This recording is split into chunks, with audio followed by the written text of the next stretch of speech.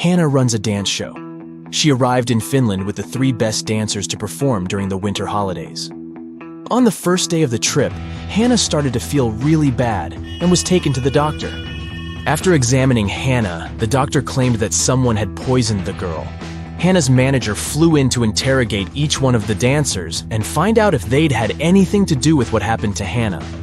Kira said that she and the other girls had left the hotel early in the morning to explore the city. She also mentioned that Hannah had stayed behind to do a conference call in her room. Pam said she had spent the afternoon swimming at the beach, and that when she returned, she noticed Hannah was looking pretty bad.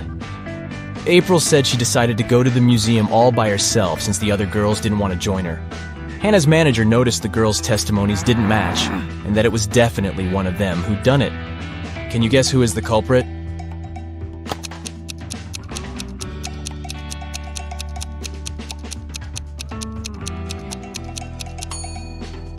It was Pam. Oh, no. She mentioned she'd gone to the beach, but it's wintertime in Finland. The water is freezing and mainly frozen this time of the year. She should have worked better on her alibi. Oh no! Hannah's manager called the police, and they arrested Pam. Kira and April felt bad for their friend, but they still had to put on a show, and now they were a dancer short. The girls decided to look online for a new dancer. They found 3 girls who might do a good job at replacing Pam. Deborah, Lily, and Sally. One of the girls is a perfect match for the trio. Can you guess who?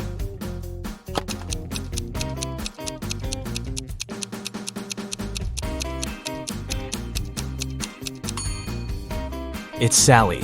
Both of the other profiles are fake. If you look closely at Deborah's picture, you'll see that the shadow on the back is not hers. It's definitely photoshopped. And look at Lily's birthday information. If that were true, she wouldn't have been born yet. Keith was a singer, and he was going to perform at Bath's House of Performing Arts. He was taking all of his equipment backstage to get ready for a sound check when a police officer ran into the room. The officer said that one of the actors from that night's show was a runaway criminal. There were 4 actors playing Santa Claus, but one of them was a fake. Take a look at their bags. Can you figure out who the criminal is?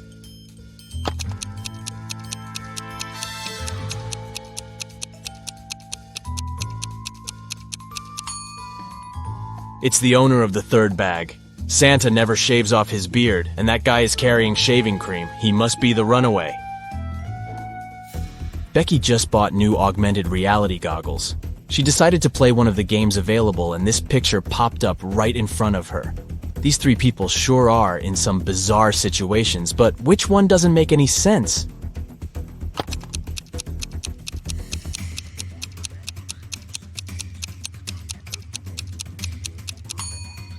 The man on the left is walking on lava. Sure, someone can do that, although it won't last for too long without the right kind of shoes. The man on the right is walking on desert sand, which is fully normal. But the woman in the middle looks like she is walking on burning water. That definitely doesn't make any sense. Felicity was 10 weeks pregnant when she decided to try a new doctor in town. The doctor did an ultrasound of her belly and gladly said, "Ah, it's a boy." Felicity looked confused and said, "No, I'm pretty sure I'm having twins." The doctor was the one that looked confused after Felicity's answer. Take a look at both women. Can you tell who's right?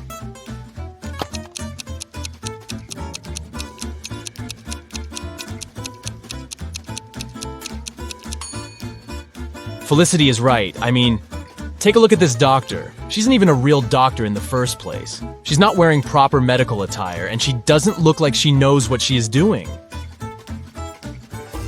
Alex watched one too many Indiana Jones movies and decided to go to Egypt to explore ancient monuments. He spent days and days walking underground to try to find something valuable. One morning, when exploring a crypt, he ran into a huge wall full of symbols.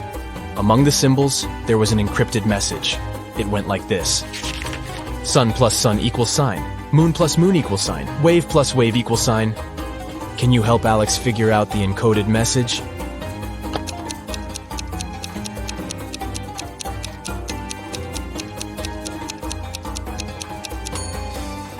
This is not an easy one, but here's how it works. Sun has 3 letters, moon has 4 letters, and waves has 5 letters. So the encrypted message is the number sequence. 6, 8, 10. Way to go, you. Take a good look at this image. Can you tell who is smarter?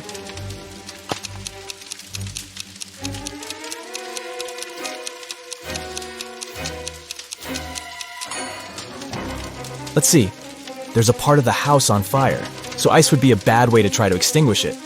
You would have to wait for the ice to melt into water. But during that time, the fire just grows. Liquid water is the best medium for rapid extinguishment, so the person on the right looks like they know what they are doing. Aura had been searching for the entrance to Bythia, a hidden city inside a mountain, for ages. She searched the 7 seas and the 7 lands until she finally found a hidden door, guarded by 3 ancient creatures. She asked them if this was the entrance to Bythia, but they wouldn't say a word. Finally, the wise owl said she had to give a correct answer to a riddle from each creature, and only then they would tell her about Bythia. The wise owl said, "I have branches, yet I'm not a tree. I have a bank, yet I hold no money. What am I? Can you help Aura out?"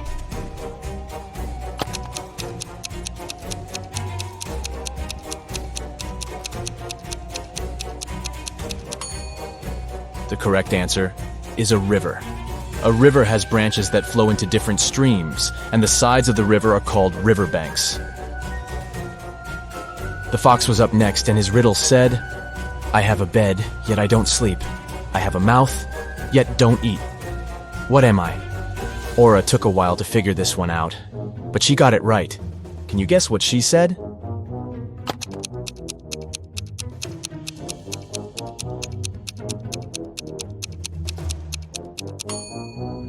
It's an oven, duh. Pretty obvious now that you think of it. Up next was the deer. He said, "I have a face, yet no eyes to see. I have a tail, yet no ability to wag. What am I?" Do you know how to answer this one?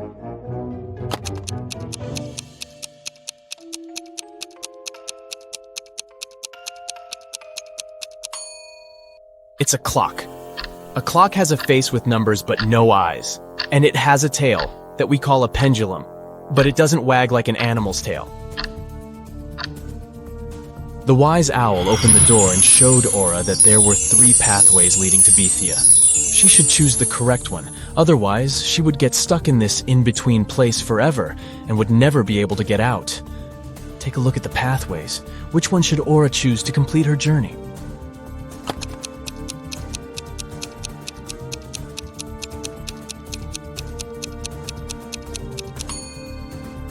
The first pathway looks like it has some poisonous flowers.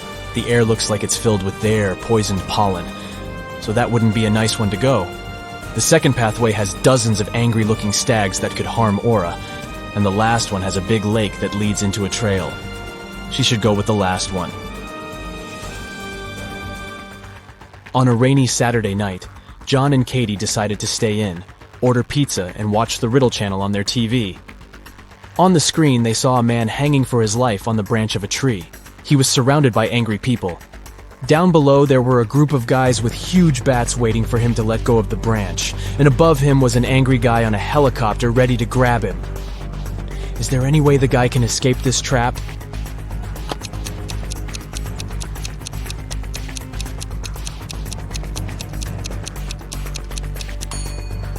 He should throw the bat that's in his pocket to the floor, aiming at the group below him.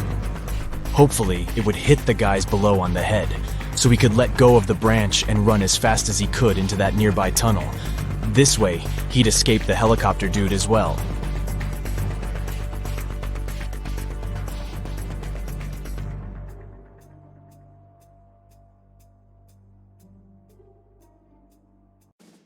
Detective Brightbrain was sitting in his office when his phone rang. Richard Brooks, a jeweler, said he had just been robbed. Brightbrain arrived immediately at the boutique, and Mr. Brooks explained what happened. I spent the entire morning showing diamond rings to a gentleman in a gray suit. He was extremely polite and knew a lot about diamonds. When I looked down to grab the store's most expensive ring, I felt someone hit me on the head. I fell forward, and when I woke up, the guy was gone. Brightbrain didn't ask any more questions. Instead, he wrote a report saying Mr. Brooks wasn't robbed. He was actually faking the whole thing. Take a look at the scene. How did Bright Brain come to that conclusion?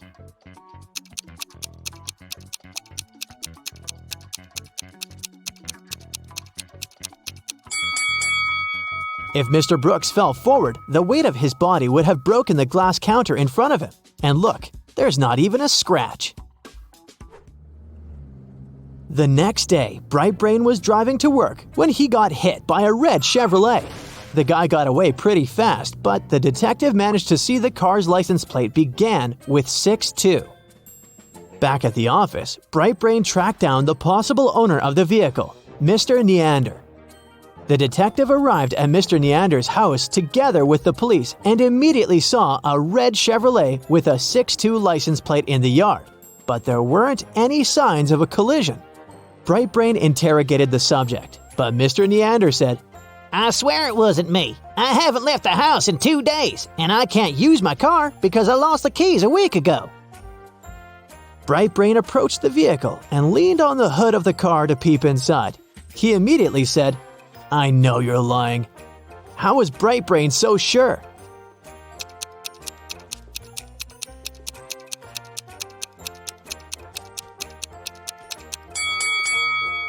The detective tried the simplest way to detect whether a car had been recently used. He checked the temperature of the motor. As the hood was still warm, this showed that Mr. Neander was lying. During the month of December, a gang of robbers was operating in Bentonville. They walked dressed up as Santa Claus and broke into houses through chimneys. They put valuable goods into their Santa bags and walked straight out the door. When the neighbors saw them, they thought they were the real Santa. Finally, the police caught the entire gang. However, one of them claimed he was the real Santa and shouldn't be convicted for crimes he didn't commit. Detective Bright Brain was called to handle the case because he had seen the real Santa once when he was still a little child. He recalled that Santa was medium height. He was wearing a coat with 6 buttons, and there was a pocket on the right. He also said that Santa's belt buckle was square. Take a look at the footage from the police station.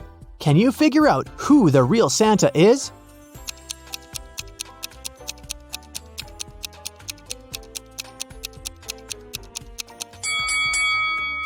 It's the second one on the right. He fits all of Bright Brain's descriptions. It was raining when Bright Brain decided to drive down to the gym. Halfway there, a woman stopped his car asking for help. She said someone had just bumped into her car and drove away. When the detective took a look around, the only person next to the place of the incident was a man fixing his tire. The lady said that was the car that bumped into hers. But when Bright Brain went to talk to the man, he said it couldn't be true because he was busy fixing his car the whole time. Can you tell who's lying?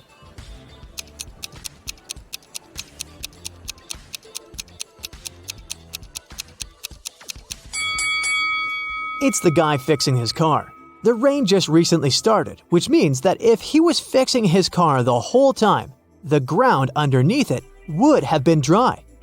But look, it's wet. This means he's just arrived there and was actually the one responsible for the incident. The next day, Bright Brain left his girlfriend's house directly to his office building. He was late for work, so he ignored several stop signs along the way. A police car passed by him exactly at the moment he was turning the wrong way onto a one-way street, but the officers didn't arrest him. Why?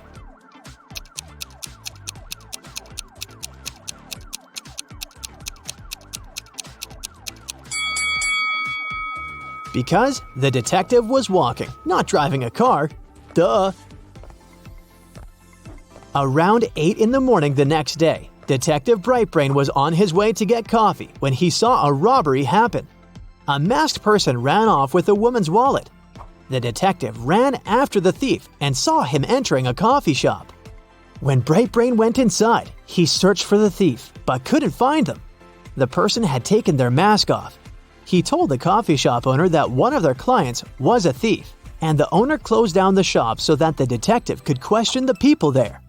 The first person he interrogated was Allie. She said she had been in the coffee shop for the last 3 hours, working on her laptop. Brian said he had just come inside to get an espresso to go. Catherine said she had just started eating her breakfast and didn't see anything suspicious going on. Lastly, he interrogated John, the coffee shop owner.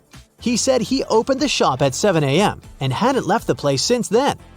Bright Brain knew immediately who had done it. Can you guess who it was?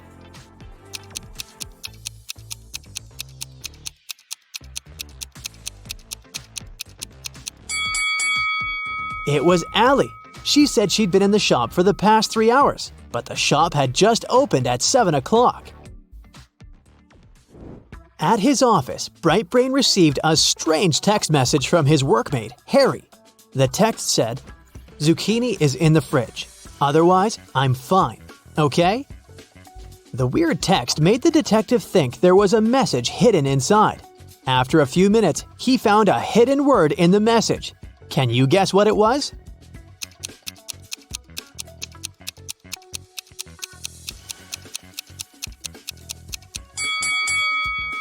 If you pay attention closely, the first letter of each line can be mixed together to form the word zoo.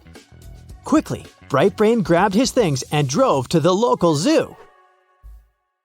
He arrived at the zoo and immediately saw the entrance to a secret passageway. The passageway led him to a network of underground tunnels. At the entrance to the first tunnel, there were venomous rats. At the entrance to the second tunnel, there was an explosive about to go off in 5 minutes. And at the entrance to the last tunnel, there was toxic gas. Which tunnel should he choose?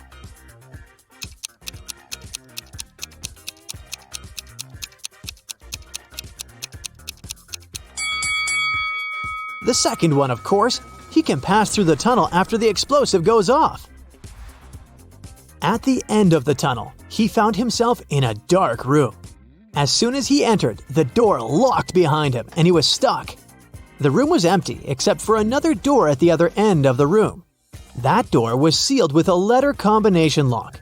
There was a slip of paper with the following hint written on it: P plus 3, N minus 1, B minus 1, N plus 4, S plus 1. What's the code word?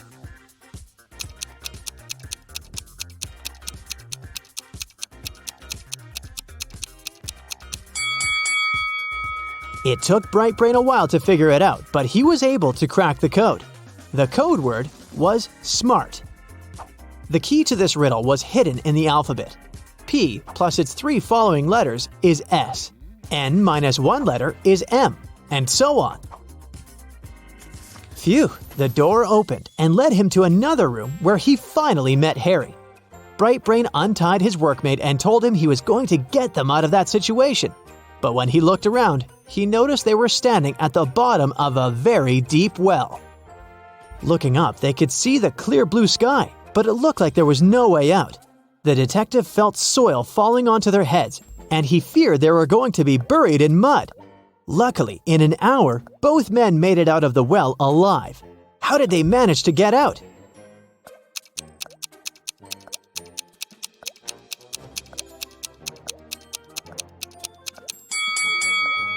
They managed to tamp down the soil that was falling into the well. This way, they would get closer and closer to the surface until they managed to jump out and run away. That's it for Bright Brain's adventure today. That was a lot. Imagine you are being interviewed for a job opening at one of the world's largest companies.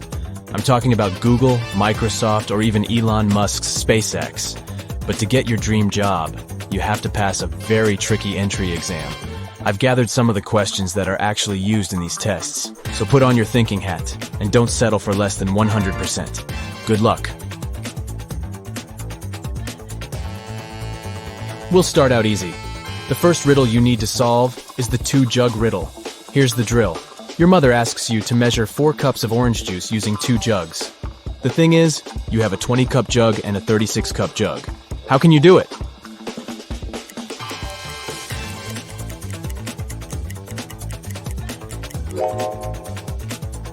You need to start by pouring the orange juice into the smaller jug. Then, pour all the juice from that jug into the 36-cup jug. This way, the empty space from the big jug would give you 16 cups. After doing that, you can fill the 20-cup jug using more fresh juice and pour that liquid into the 36-cup jug. This way, you'll fill the entire 36-cup jug. And what is left in the smaller jug is the 4 cups of juice your mom asked for. Clever, huh? Moving on to the second round. Say your room has 3 switches, and one of these switches is for the fan in the room next door. You cannot see whether the fan is on or off unless you come out of your room. Got that? Okay, so I need you to figure out what's the minimum amount of times you need to go inside the room next door to identify the correct switch that turns on the fan.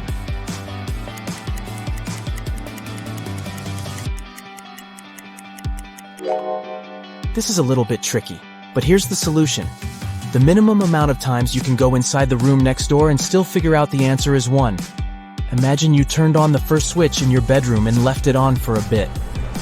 As soon as you turn it off, you quickly turn on the second switch and run to the room next door. If the fan is rotating slowly and is about to stop, that means that the first switch is the one that controls the fan. If the fan is running, then the second switch is the correct one. And if the fan isn't moving at all, then it was the third switch all along. Did you manage to crack this one? Hey, nobody said this was going to be easy. It's a mock job interview for a top-notch company after all. The third round is even trickier than the one before. An interviewer might ask you to solve this riddle to understand your pattern-finding capabilities. Let's say you were asked to watch a 6-lane car track for the day. Your job is to spot the 4 fastest cars out of 36. How many races would you conduct to find that out?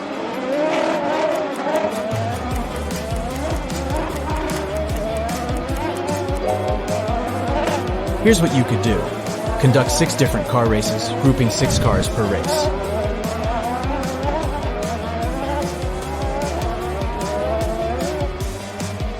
After you determine the winner of each of these races, you conduct another race with the 6 finalists. The winner of this race will be determined as the fastest vehicle of all. Then just place the second, third, and fourth cars according to how they performed in the last race. By the end of 7 races, you'll have figured out the 4 fastest cars out of 36. Good for you if you figured this one out. For this next riddle, you need to think logically and mathematically. A queen needs to hire a worker for 7 days to do a job for her. The queen pays in gold bars, but she must pay the worker every day at the end of his shift. If the queen is only able to make a maximum of 2 cuts in the gold bar, how can she pay the worker the correct amount of 1/7 of the gold bar at the end of each shift?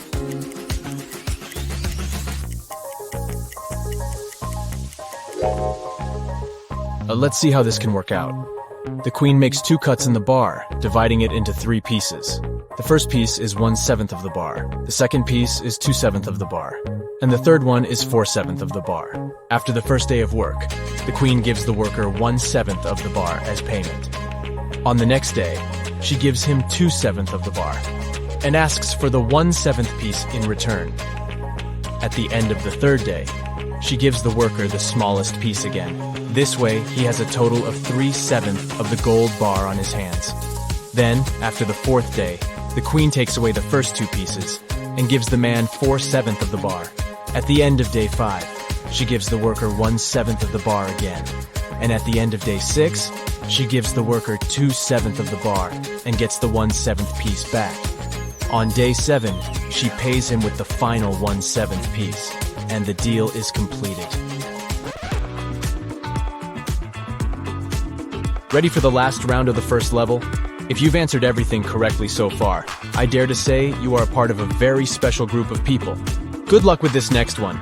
It will determine whether you'll move on to the second level. 2 buses are driving toward each other at a speed of 40 miles per hour. They're separated by a distance of 40 miles. A bird is flying to and fro, landing on bus 1 and then on bus 2 at a speed of 50 miles per hour. By the time the buses come across each other, how many miles will the little bird have flown?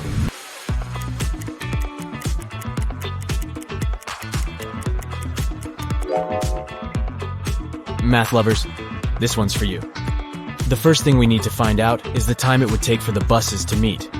To find that out, we should divide the distance between the buses by the combined speed of both vehicles. If they're both driving at 40 miles per hour, then their combined speed is 80 miles per hour. Since the distance between them is 40 miles, we divide 40 by 80. This will give us 0.5 hours or 30 minutes. To To figure out the total distance traveled by the bird, we multiply the speed of the bird by the time it will take the buses to meet. And this would give us 50 times 0.5, so the correct answer is 25 miles. Phew, I'm tired just thinking of that little bird flying all those miles. Hey, if you've aced this test so far, congratulations. You've just unlocked level 2. The riddles will get more and more difficult, so keep your mind sharp. A tortoise is currently at the bottom of a 210 feet hill and is trying to reach the top. Every hour, the tortoise climbs 15 feet and slips down 1 foot. How long will it take the tortoise to reach the top of the hill?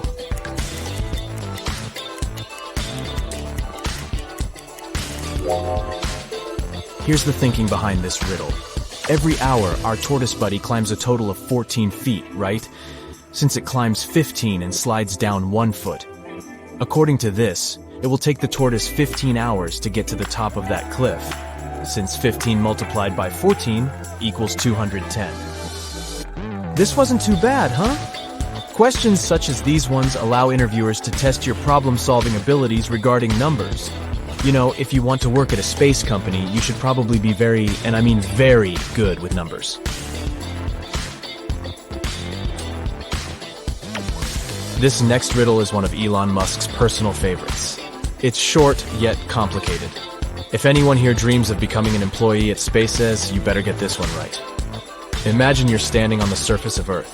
You walk 1 mile south, 1 mile west, and 1 mile north. You end up exactly where you started. Where are you?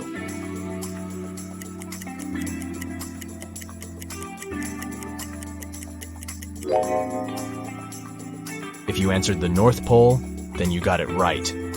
But the riddle doesn't stop here. If you weren't at the North Pole, where else could you be given the exact same instructions? Yup, the South Pole. Here's how this works. This riddle presumes that the world is a perfect sphere. And if that were the case, the only place where you could walk 1 mile south, west, and north, and end up in the same place is at one of the poles. Got it? To get to level 3, you have to answer this riddle correctly. There are 2 strings in a room. All you know is that each string takes exactly 1 hour to burn. Your task is to time exactly 45 minutes, using the strings as your only source to find out the time. How can you do it?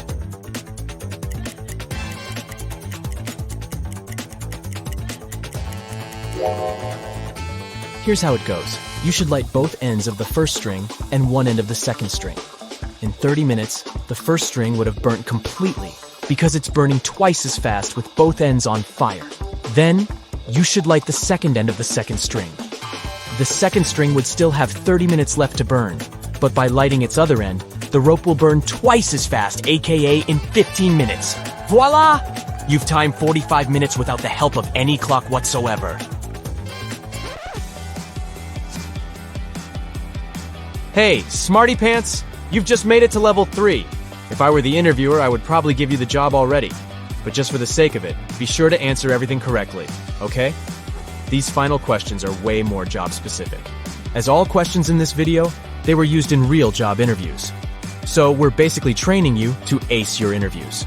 For example, if you were applying for a position at JP Morgan, this is the type of question you would have to answer. How many streetlights are there in New York City? Can you figure out the number before the time runs out?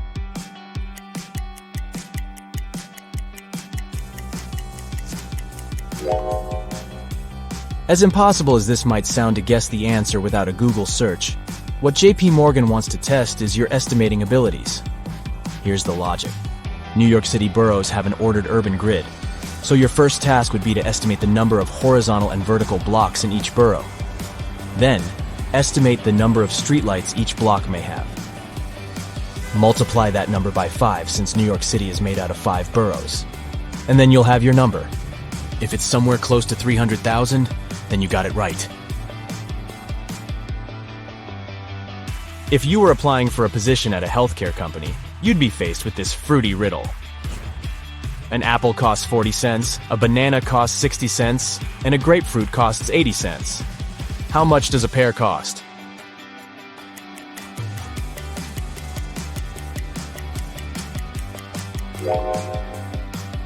Yikes. I had to read it a few times before getting any idea of what to do with it. The key to answering this riddle is to focus on the vowels. If you charge 20 cents per vowel, the two-vowel word apple will cost 40 cents. By this same logic, the three-vowel banana will cost 60 cents, and the four-vowel grapefruit will be 80 cents. In this scenario, a pear will cost 40 cents, and that's your answer.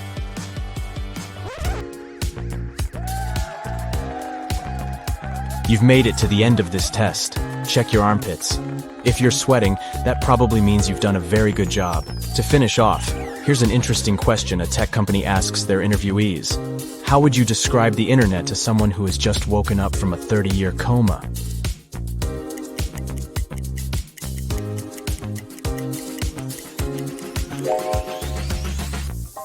Different from all the other questions, this one has no right or wrong answer. You might try to compare it with something that existed 30 years ago, for example. Or you might just go into Spielberg mode and describe this near sci-fi world we are living in nowadays. Either way, I hope you've got the job. Get ready for a tough but very fun riddles competition. Yeah! Take whatever helps you activate your logical skills. A magnifying glass, a deerstalker hat, or a notebook. And let's get rolling! Let's warm up with some easy stuff. Can you find a vampire among these emojis?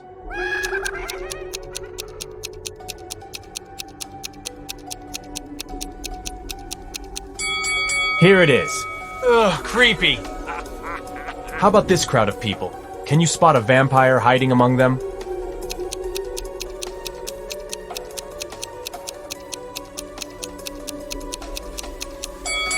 It is this girl. Look at how sharp her teeth are. And one more riddle for you. Which of these people is a vampire?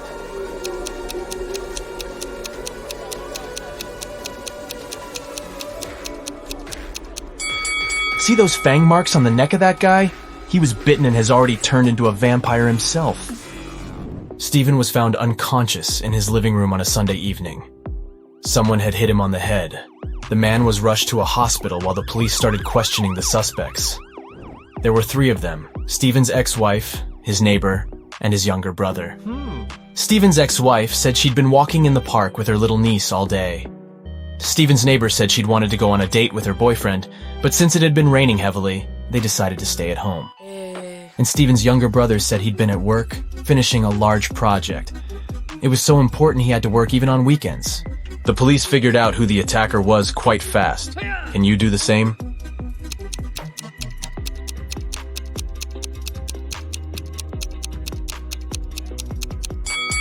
It was Stephen's ex-wife. It had been raining heavily all day long. Who would walk in the park with a little kid in such weather? A criminal has kidnapped your friend and tied him to a tree. A huge, vicious dog is guarding this tree. You need to save your friend at night. But when you come to that place, you only have one piece of meat with you. It's not big enough to distract the dog for the 3 minutes you need to cut the ropes and help your friend escape. How can you solve this problem?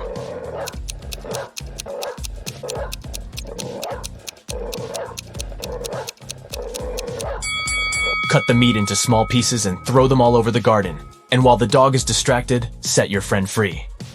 One day, Amy went on a date with her boyfriend Joe to a nice restaurant. Joe gave her flowers and candy. They had a great meal and enjoyed the date. But in the morning, Amy woke up with a severe allergic reaction. She went to the hospital, where she was told that she had been poisoned.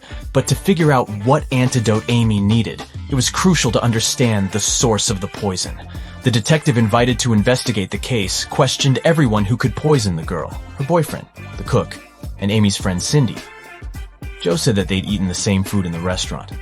The cook said that he had brought Amy her pizza, and it had been freshly made. And Cindy said she thought Amy's boyfriend had poisoned her. She added that he had asked her what flowers Amy liked to gain Amy's trust. Have you realized who poisoned the girl?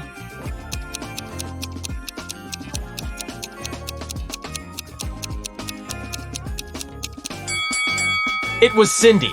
Have you noticed the book on her table? It was about poisonous flowers. She advised Joe to give Amy flowers that would cause health problems. One company organized a betting game where one red and one blue marble were placed in a dark box. If a player picked the blue marble, the company had to pay them $5,000. But if the player guessed it wrong, they had to pay the company $100. The company cheated by always putting in the box 2 red marbles instead of 1 red and 1 blue, but no one could prove it. Mark was observing people lose one after another. Then he took part in the game and won. How did he do it?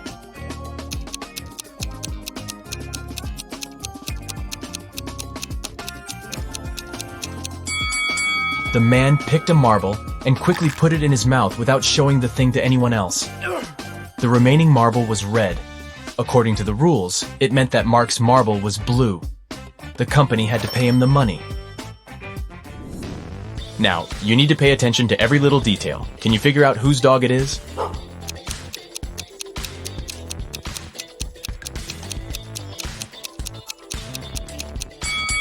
Look at that guy wearing a red jacket. See that leash he's holding? It matches the dog's collar, so most likely he's the owner. This parrot has managed to sneak away from its owner, and now the vet is looking for them. Can you say whose bird this is?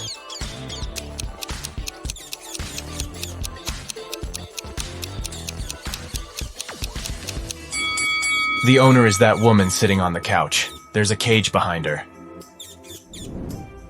Another waiting room at the vet. And whose Sphinx cat is this cutie?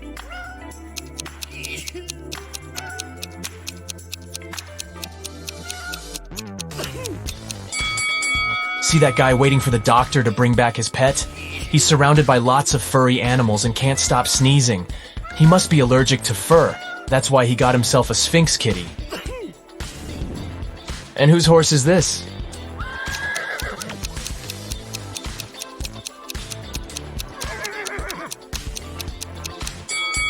See that girl standing in line? She's the only one wearing riding boots. She must be the owner. These kids seem to be terrified. No wonder. See that white rat darting around the classroom? Who does it belong to?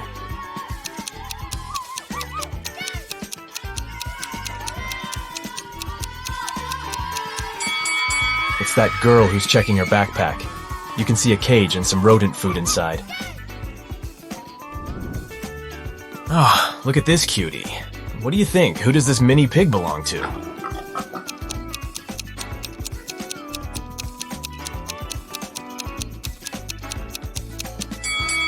This guy is the owner.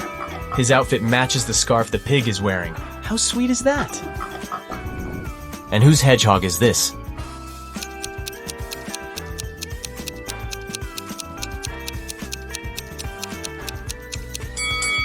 This lady is the owner. She's wearing special gloves to handle the animal. Yes! And who does this absolutely adorable pug belong to?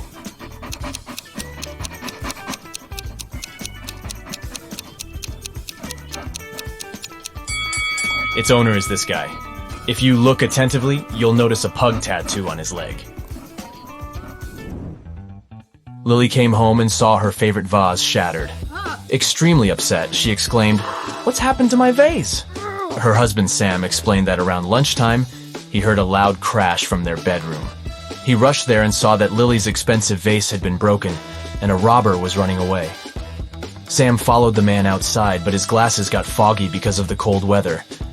That's why he missed the man. Lily called the police, but after police officers heard the whole story, they refused to investigate this case. Why?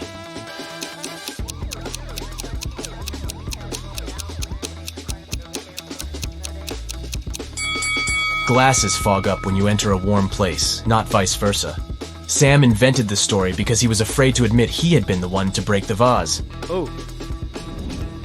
Emma's husband Liam knew his wife had been dreaming of going to an archaeological site. One day, she told him about the perfect opportunity. There was a remote site ready to be excavated, but there was no internet or network connection there. She would have to camp in a tent with almost no modern conveniences. But since she was really excited about this trip, Liam was ready to wait for her at home. 2 days later, Liam received a message and a photo from Emma. The man got furious. He realized Emma had been lying about the whole thing. How did he understand it?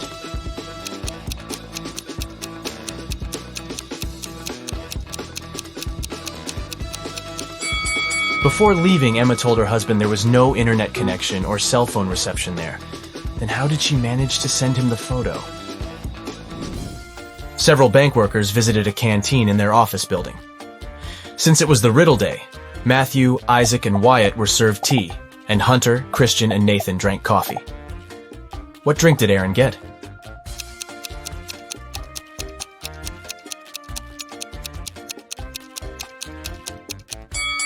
Aaron drank tea simply because of his double-letter name.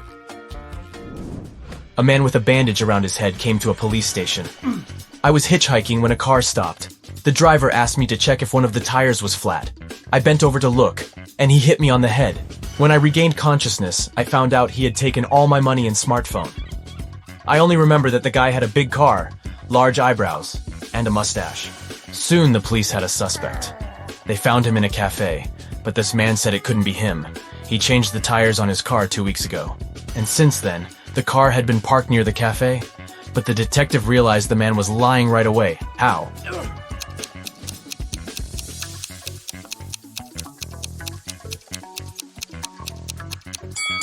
There's a no parking sign near the cafe. No car could be staying there for 2 weeks. Isabella is standing behind Mia, but at the same time, Mia is also standing behind Isabella. How is it possible?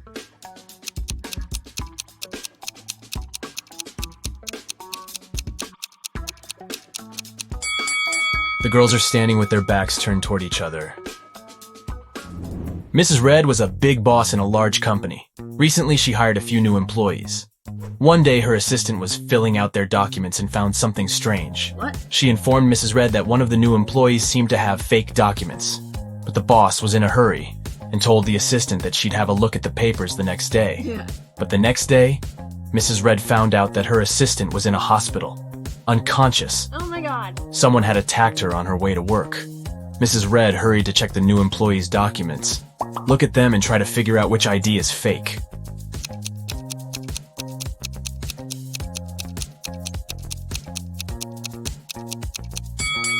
This ID card claims that Edward is 34 years old, but the man using this document is way older. Oh. It was an extremely hot day. Police Officer Black was driving along a countryside road. Suddenly, he noticed a hitchhiker on the side of the road and stopped to give him a ride. The man explained that he had been waiting for someone to pick him up for more than 2 hours and offered the officer some ice cream. Black refused and asked the guy about a gang of criminals who had just robbed a jewelry store. The hitchhiker exclaimed, "I've just seen a red car speeding past me. Must have been the robbers, but they were driving in the opposite direction. We'll need to turn back." Black didn't believe him and took him to the police station. How did the police officer guess the hitchhiker was a criminal?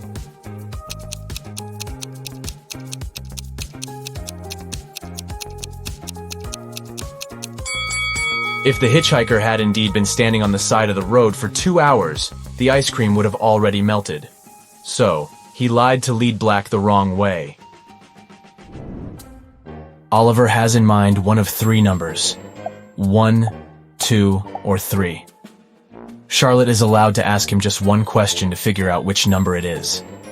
Oliver can answer her question only with no, yes, and I can't say.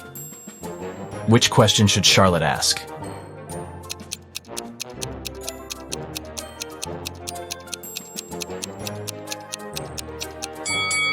She can say, "I have the number 1 or 2 in mind. Is your number larger than my number?" If Oliver answers yes, it means he's chosen 3. If he answers, "I can't say," the number he has in mind is 2.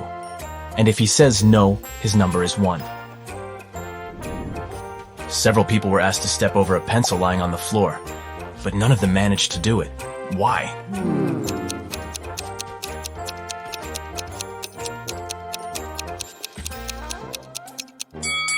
The pencil was placed near the wall. Who doesn't like rebus puzzles? They're fun, and I've got a few tricky ones for you. Enjoy! What does it mean?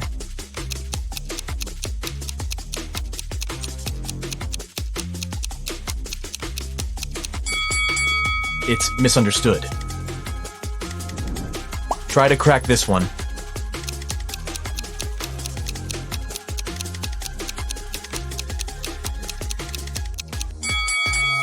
So we see pot and 8 O's. Together, they make potatoes. And how about this one?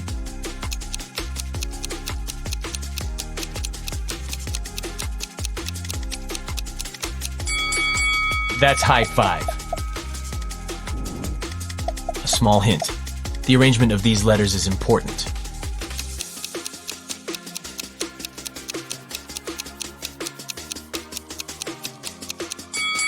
This rebus means, hurry up! And one more puzzle for you. What could it mean?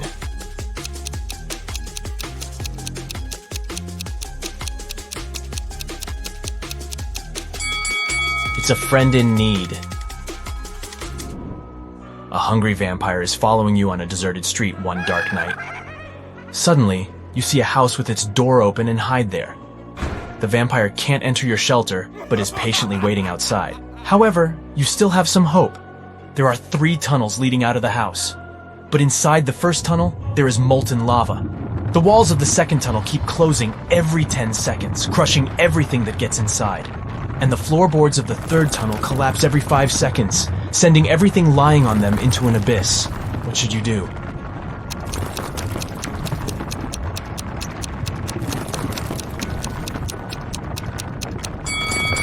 Just wait till the morning. Vampires can't stand daylight, and your pursuer will have to leave you alone. Yes!